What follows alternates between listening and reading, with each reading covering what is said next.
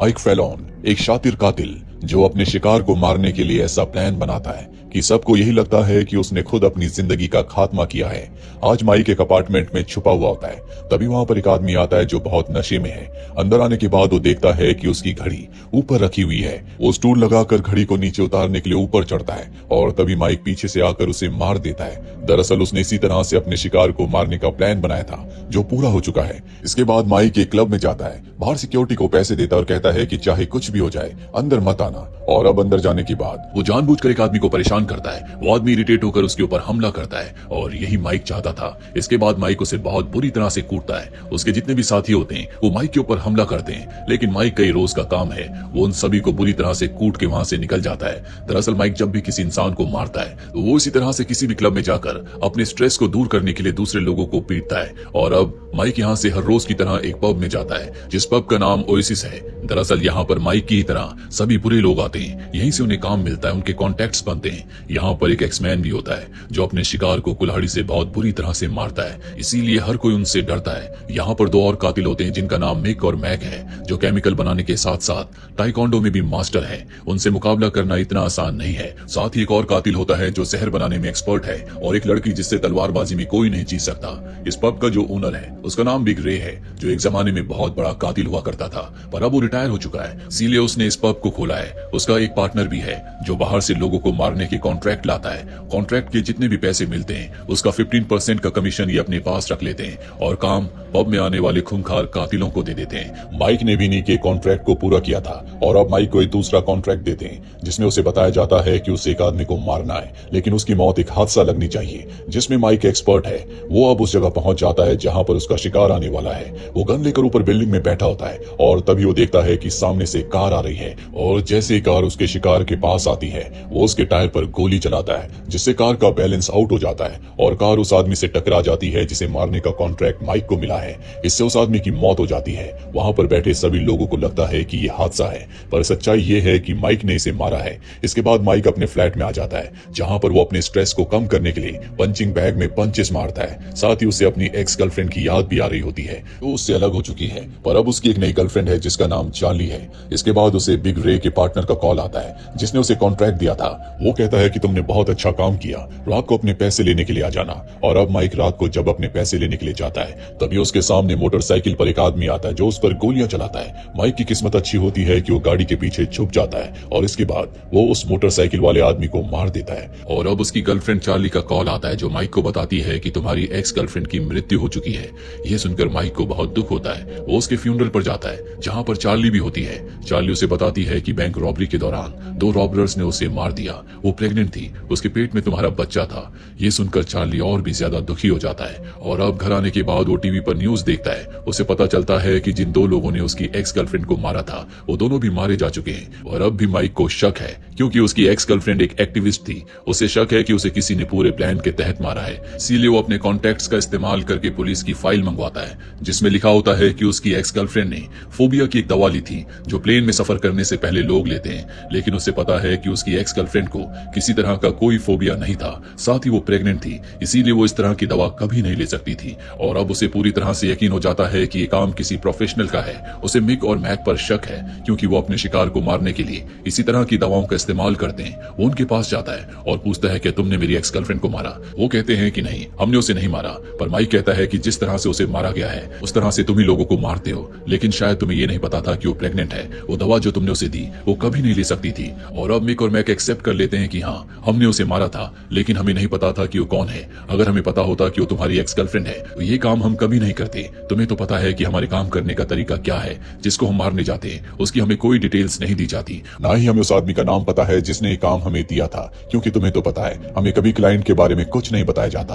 हालांकि माइक को पता है कि इन दोनों की कोई गलती नहीं है, जो कुछ इन दोनों ने कहा वो सच है। इनके काम करने का तरीका यही है। माइक खुद भी इसी तरह से काम करता है, लेकिन फिर भी वो अपने गुस्से को काबू नहीं कर पाता और इन दोनों से लड़ना शुरू कर देता है। वो इन्हें बहुत बुरी तरह से मारता है और अब मिक उससे कहता है कि अगर तुम्हें सच में उस आदमी का नाम जानना है जिसने तुम्हारी एक्स गर्लफ्रेंड को मरवाया है तो तुम्हें बिग रे के पार्टनर के पास जाना होगा। उसी ने उस आदमी से डील की थी जिसने तुम्हारी एक्स गर्लफ्रेंड को मरवाया है। माइक बिग रे के पास जाता है। बिग रे उसे कहता है कि तुम्हें अपने साथियों के साथ नहीं लड़ना चाहिए, अपने दिमाग को शांत रखना चाहिए, पर माइक उसकी कोई बात नहीं सुनना चाहता। वो कहता है कि मुझे उस आदमी का नाम जानना है जिसने जिसने मेरी एक्स गर्लफ्रेंड को मरवाया है, मैं उससे बदला जरूर लूंगा। बिग्रे उस पर गन तान देता है और कहता है कि यहाँ से चले जाओ और दोबारा कभी इस पब में वापस मत आना। माइक कहता है कि मैं उस आदमी से बदला जरूर लूंगा।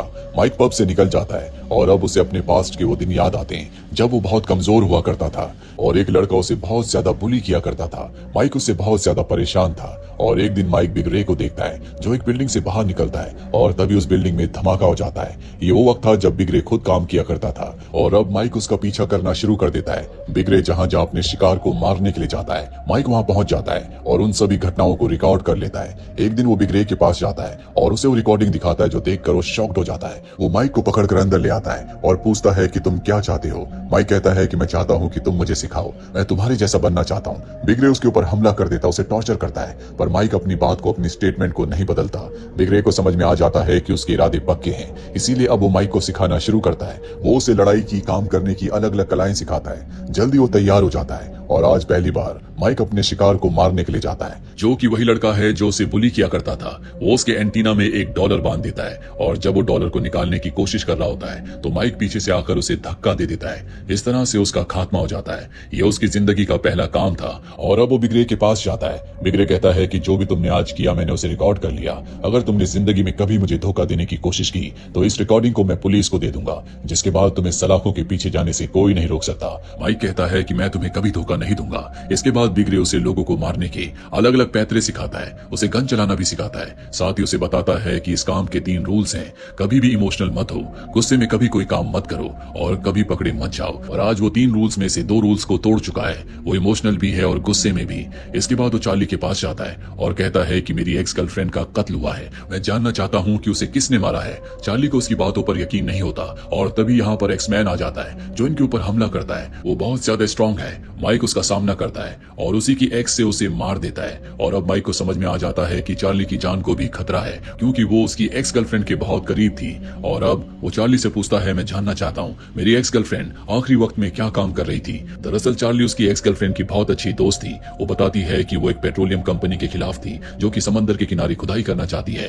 माइक कहता है कि तुम उस कंपनी की और भी डिटेल्स निकाल कर लाओ। इसके बाद वो जाता है बिग रे के पार्टनर के पास और उसे बुरी तरह से टॉर्चर करता है। वो उससे पूछता है कि किसने तुम्हें मेरी गर्लफ्रेंड को मारने का कॉन्ट्रैक्ट दिया था। उसे नाम बताना पड़ता है जो कि केंट है। वहीं बिग रे को दिखाया जाता है जो माइक से परेशान है, इसीलिए पब के सभी कातिलों के साथ वो मीटिंग करता है और बताता है कि माइक ने हमारे एक साथी को मारा है, हमें उसे सबक सिखाना होगा और अब इस सब मिलकर माइक को मारना चाहते हैं। वहीं माइक को दिखाया जाता है जो चार्ली से मिलता है, जिसे वो सारी इन्फॉर्मेशन दे देती है और अब वो केंट से मिलने के लिए जाता है। वो गुस्से में उसे खिड़की से फेंकने वाला होता है, पर केंट कहता है कि इसमें मेरी कोई गलती नहीं है। और अब वो माइक को एक रिकॉर्डिंग सुनाता है और कहता है कि इस आदमी ने मुझे तुम्हारी गर्लफ्रेंड को मारने के लिए कहा था, जिसके बाद मैंने बिग रे के पार्टनर को कॉन्ट्रैक्ट दिया। और अब यहाँ पर मिक और मैक आ जाते हैं जो कि इन पर गोलियां चलाते हैं, जिसमें केंट मारा जाता है। वो माइक को भी मारना चाहते हैं लेकिन माइक उन दोनों का सामना करता है और जब वो मैक से लड़ रहा होता है तभी मिक गोलियां चला देता है जो गलती से मैक को लग जाती है। मिक उसकी मौत को बर्दाश्त नहीं कर पाता। वो लगातार माइक के ऊपर गोलियां चलाता है लेकिन माइक एक बार फिर से उसका सामना करता है और एक सिलेंडर से उसके सर पर हमला करके उसे वहीं पर गिरा देता है।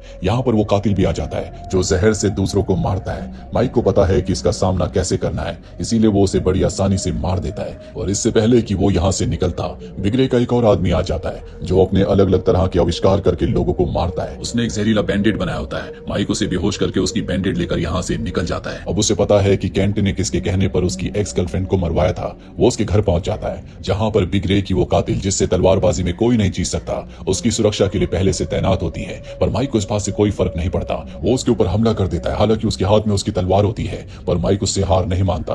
वो उसकी तलवार छीन कर उसी की तलवार से उसे मार देता है और अब उसके सामने वो आदमी है जिसने उसकी एक्स गर्लफ्रेंड को मरवाया था। वो उसे लालच देता है कि मैं तुम्हें बहुत सारे पैसे दे सकता हूँ, मुझे मारकर तुम्हें कुछ नहीं मिलेगा। लेकिन माइक को पैसों से कोई मतलब नहीं है, वो सिर्फ बदला लेना चाहता है। इसीलिए वो उसे मारकर यहाँ से सीधा पब में जाता है जहाँ पर बिग रे उसके सामने है। वो बिग रे को बताता है कि तुम्हारे पार्टनर ने मुझे पैसे देने के लिए एक जगह पर बुलाया था जहाँ पर एक मोटरसाइकिल वाले ने मेरे ऊपर अटैक किया था। वो अटैक तुम्हारे पार्टनर ने करवाया था। वो उसके सामने केंट की रिकॉर्डिंग को चला लाता है। कैंट ने अपने मुंह से सब कुछ ये बताया होता है। साथ ही वो उसे ये भी बताता है कि जब तुम्हारे पार्टनर को मेरी एक्स गर्लफ्रेंड को मारने का कॉन्ट्रैक्ट मिला तो उसे पता था कि वो मेरी एक्स गर्लफ्रेंड है, फिर भी उसने मिक और मैक्स से उसे मरवा दिया। ये सारी सच्चाई जानने के बाद बिगरे को बहुत गुस्सा आता है। वो अपने पार्टनर को बहुत बुरी तरह से मारता है जिससे वो जख्मी हो जाता है और अब माइक के पास जो बैंडेड होती है वो उसके पार्टनर को देता है। जैसे उस बैंडेड को वो अपनी चोट पर लगाता है उसकी मृत्यु हो जाती है। बिगरे को समझ में आ जाता है कि माइक ने क्या किया है। वो उस पर गन तान देता है। माइक कहता है कि मैं जानता हूं कि आप मुझे गोली नहीं मार सकते,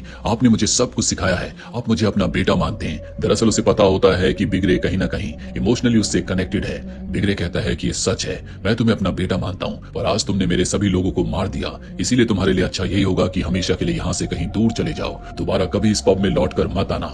माइक उसकी बात मानकर यहाँ से निकल जाता है और इसी के साथ ही फिल्म की कहानी यहीं पर खत्म हो जाती है। उम्मीद करते हैं कि ये कहानी आपको पसंद आई होगी।